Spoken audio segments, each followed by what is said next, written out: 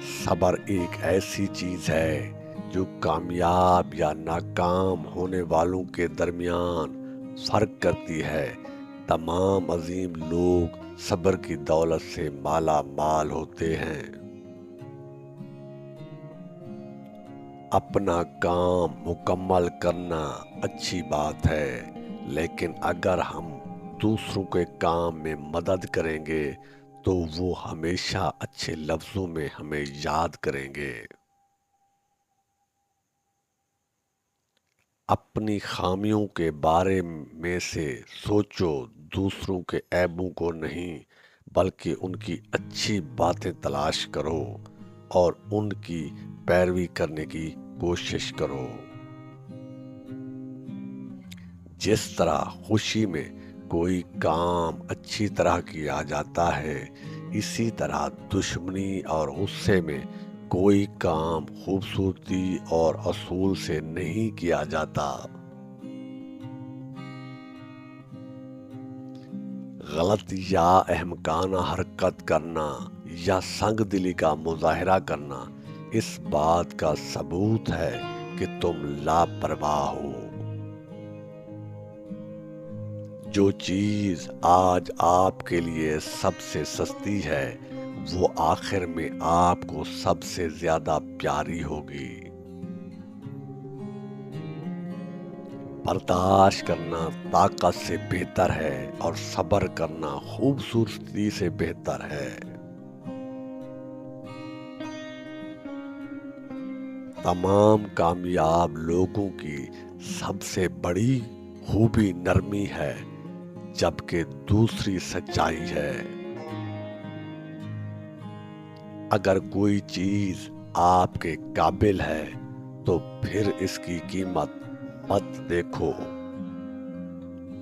اگر تم علم، کھانا اور خوشی چاہتے ہو تو اس کے لیے محنت کرو، کیونکہ محنت کامیابی کا قانون ہے۔ جب تک روشنی ہو چلو، ایسا نہ ہو کہ اندھیرا تم پر آ جائے۔ مضبوط انسان کا غصہ ہمیشہ اس کے وقت کو ضائع کرتا ہے۔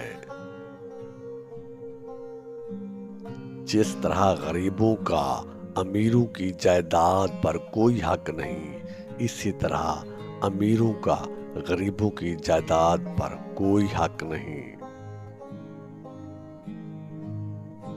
زندگی میں جو لوگ تعلیم کی خواہش رکھتے ہیں وہ کامیاب ہوتے ہیں، اور جو لوگ تعلیم کو ناپسند کرتے ہیں وہ ناکام ہوتے ہیں۔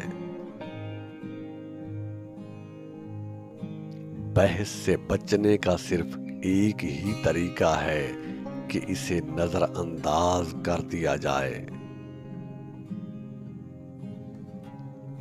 کوئی بھی شخص عظیم پیدا نہیں ہوتا، عظیم لوگ اس وقت عظیم بن جاتے ہیں جب دوسرے سو رہے ہوتے ہیں۔ ایک چھوٹا سا پتھر بڑی گاڑی کو پریشان کر سکتا ہے۔ بیماری تیز رفتار گھوڑے پر آتی ہے اور پیدل واپس جاتی ہے۔ ہو سکتا ہے کہ آپ کا دشمن چیونٹی کے سائز کا ہو، لیکن اس کو ہاتھی کی طرح دیکھو۔ اگر تم ماں باپ کی باتوں پر توجہ دو گے اور ان کی حکم عدولی نہ کرو گے تو لوہا اور پتھر بھی تمہارے ہاتھ میں نرم ہو جائیں گے۔ کامیابی وہ سیڑھی ہے جس پر جیبوں میں ہاتھ ڈال کر نہیں پڑا جا سکتا۔